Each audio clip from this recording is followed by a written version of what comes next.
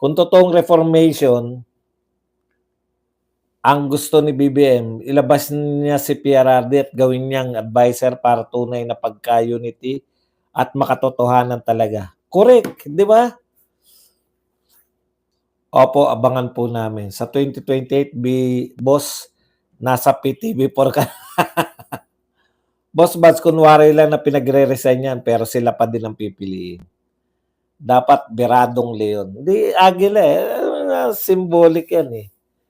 Ang Agila kasi ang Philippine Philippine bird, di ba? Philippine national bird. Kailangan magtrabaho na for Sarah. Yan. Boss Buds, pwede ka nang matawag na professional. Nawala tuloy yung ano ko. Nawala tuloy itong binaba. Ang importante viewership kasi dyan nabubuhay ang mga media. Kaya pakiusap, supportahan niyo po. Supportahan niyo po. Kung lahat po naman nanonood sa amin, di ba? Ng live, sa akin mga 2,000, 1,500. O, sa mga ibang vlogger, mas malalaki. O, kung lahat kayo susuporta, malaking bagay po yan. Yun din ang ano ko, kaya excited ako ng ano eh. Kaya lang talagang alas 2 na, kaya wala na po gano'n nanood sa atin. Pero okay lang yan. Anong oras sa Pinas? 2 to 3 p.m. po. Beradong Tigre. Agila nga po. Agila, alam niyo, Inday Duterte. Share niyo po ang link sa mga kaibigan, pati kamag-anak. Sana mapanood ang programa, Boss Buds. Saan mapanood? Sa YouTube din. DZAR.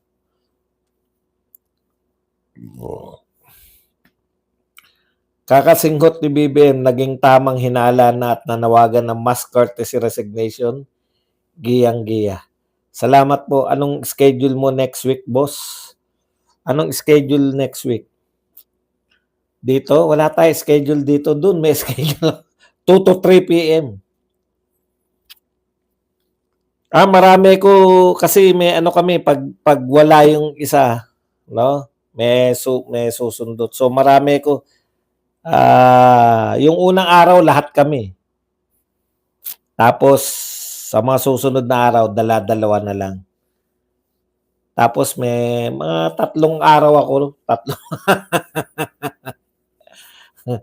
Sa unang linggo 3 araw ako. Leon Guerrero ng Sapang Bato, panalo si Senator Bato.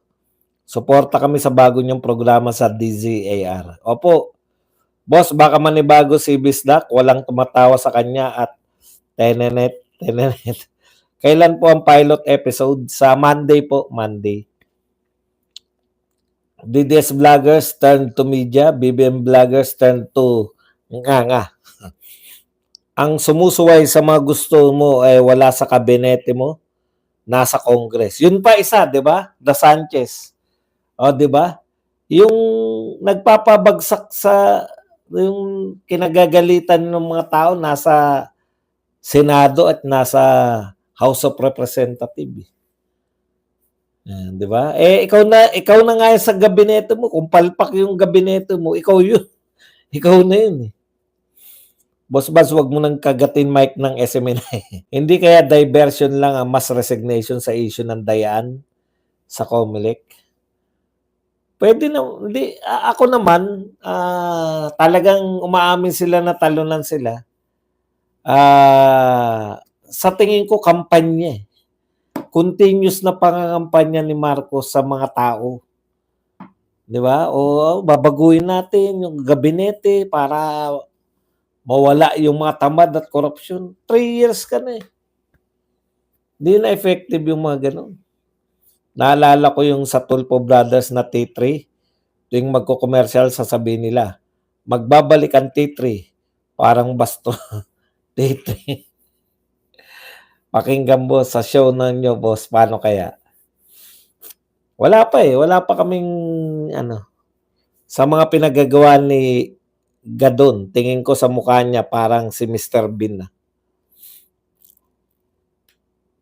Ayaw pa pumayag nung una, nung na-realize niya na kasama talaga siya, no? Nagkapahiyaan din ng konti. Boss Buds, malakas yung pilot episode nyo. Unang guest nyo si Claire Castro agad.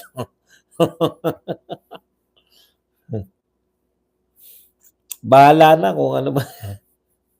Siguro,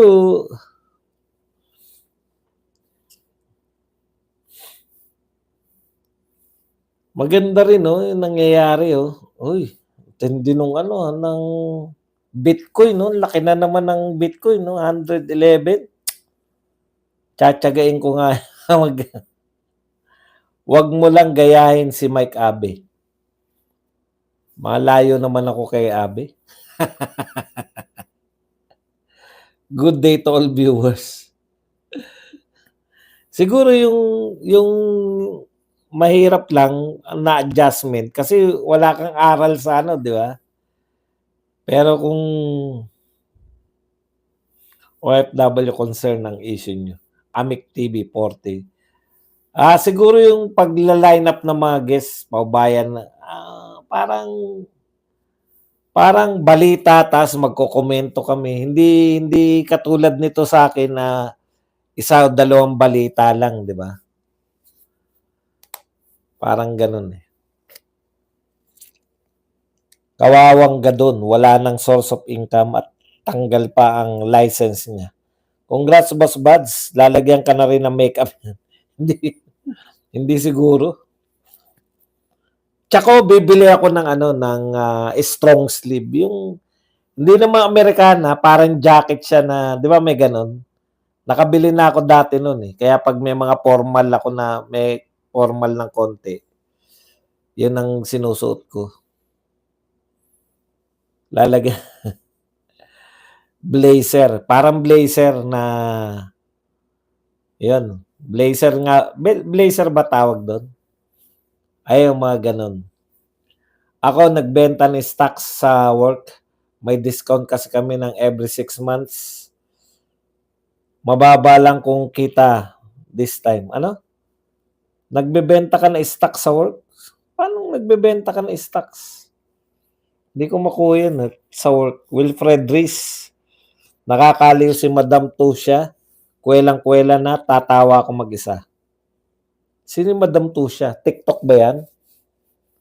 Sports blazer, boss. Magtutrubinize ka. Narinig ko na naman yan. Trubinize na yan. May Q&A din po ba sa mga live viewers? Gusto ko kung ako masusunod sa mga format. Siyempre, 5 kami plus yung producer. Gusto ko 'yun, yung may Q&A. Iano ko 'yan. Para yung meeting kami. Ngayon, nasa serye kami ng mga meetings. Yan. Hiramin mo yung quote, boss, ni Dada. Hindi na. Iba naman yung forma ni Dada kasi dahil malaki katawan niya, talagang pinapakita niya yung ano. Ako kasi tiyan ko malaki kaya kinakailangan yung hindi. Gusto ko talaga kung yan, isa siguro sa pag-usapan namin bukas, may meeting uli kami. Yung mga format. Ako gusto ko yun eh. Kasi, di ba, masaya. Sports jacket tawag doon, business casual look. Sabi ni Gadon Boss, mas masarap daw secretary kaysa attorney. Ewan ko ngayon pag hindi siya i-reappoint kung ano na naman palusot niya. Good day, Boss Buds. Sandy. Si Boss Dada parang ginaw na ginaw ang kapal ng jacket. Malakarambola ba ang peg nyo, boss? Hindi siguro. Nakapag-guest ako sa sa Banateros eh, organize eh. Talagang, 'di ba? Pang-alangan 'yun. Hindi ko po alam ang tawag eh. Basta alam ko 'yun. Meron na ako na bili noon eh. Bibili ako basta. Your dismal performance PBBM shows how inefficient you are. Correct. Sino-sino ba kayo, boss? Sir Buds, si Bisdak Pilipinas, si VMR, si Brothers Travelers, at saka si Pambansan Loyal. Sa work namin, boss, may option ka na yung portion ng paycheck mo, pwede mong ipambili ng stock sa mismong company. Yun. Up to 10% ang pwede mong ipambili at may 15% discount if employee ang bibili. Ayun, nakuha ko na. Kaya sa work nyo may stock. Kasi pwedeng mahusay din yun. Maganda yun. Marami akong sa stocks eh. Ngayon, iniiba ko na yung approach. Dapat dyan, huwag ka mataranta eh. Mamili ka talaga ng mga kampanya. Naroon naman, makikita naman mo naman yung performance for the past 1 week, 1 month, 3 months, 1 year, 5 years. Makikita mo naman eh. Pagtsatsagaan nyo lang si Donald Trump kasi minsan puta biglang babagsak tapos aangat na naman. Baka manibago at di ka namin makilala. Joke lang po. Yan. Ako pa rin yan. Makikilala nyo ko. Pero papaayos ko ng AP ng konti. Kasi medyo... Tsaka panood nyo ba yung tinuli na ano? Hindi ko maintindihan bakit mamamatay yung tinuli lang, di ba? Parang ang hirap paniwalaan. Yung retiradong kumadrona raw. Blazer lang, boss buds. Elegant na. Datingan mo.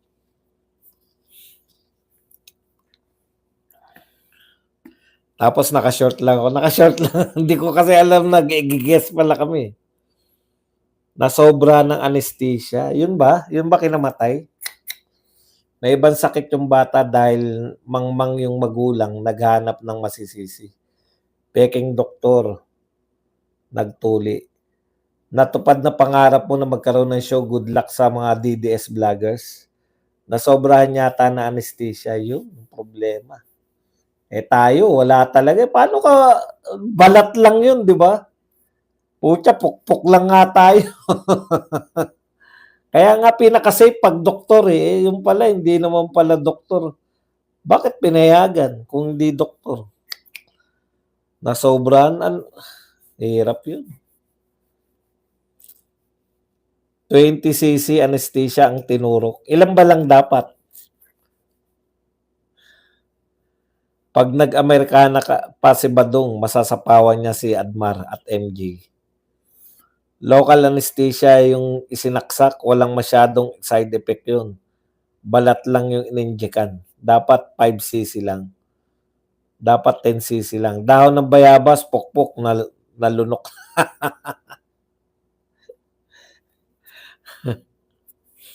Okay lang naka-short buds, basta body lang nako. Huwag ka lang tatayo, naka-live kayo. Yung nagdahan, naka-short lang ako. Pagupit tayo ng konti. Excited.